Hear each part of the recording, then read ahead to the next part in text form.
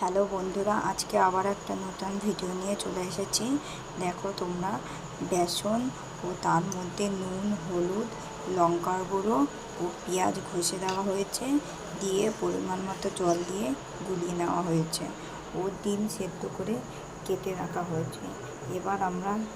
এবার আমরা ডিমগুলোকে চুবিয়ে বেসনের মধ্যে কড়াইতে ছেড়ে দেবো। দেখো বন্ধুরা, ভাজা বসিয়েছি, ভাজাও হয়ে এসছে। এবার আমি ভালো করে ভেজে নামিয়ে ফেলবো। হ্যালো বন্ধুরা, দেখো আমার ডিমের পকোড়া করা হয়ে গেছে। আমি নিয়ে চলে এসেছি।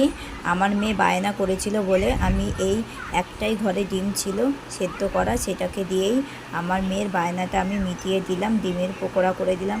এরকম যদি তোমাদের ঘরে ছেলেমেয়েরা বায়না করে ও ডিমের কুসুম না খেতে চায়, তাহলে তোমরা এইভাবে ডিমের পকোড়া করে খাওয়াবে, তাহলে দেখবে তারা খেতেও ভালোবাসবে। আমার ভিডিও যদি তোমাদের ভালো লেগে থাকে তাহলে অবশ্যই একটা লাইক, একটা কমেন্ট করবে আর সাবস্ক্রাইব করে দেবে।